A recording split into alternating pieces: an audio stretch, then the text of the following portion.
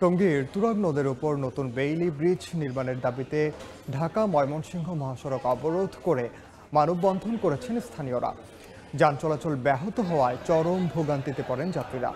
সকালে BRT flyover অবরোধ করেন টঙ্গী বাজার উত্তরার ব্যবসায়ী ও রাজনৈতিক নেতাকর্মী সহ সাধারণ মানুষ।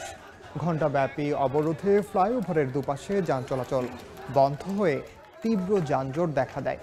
বক্তারা বলেন, বেইলি ব্রিজ না থাকায় টঙ্গী বাজারের ব্যবসায়ীরা ক্ষতিগ্রস্ত হচ্ছেন। সরকার হারাচ্ছে রাজস্ব, জনসাধারণের চলাচলও বিঘ্ন ঘটছে।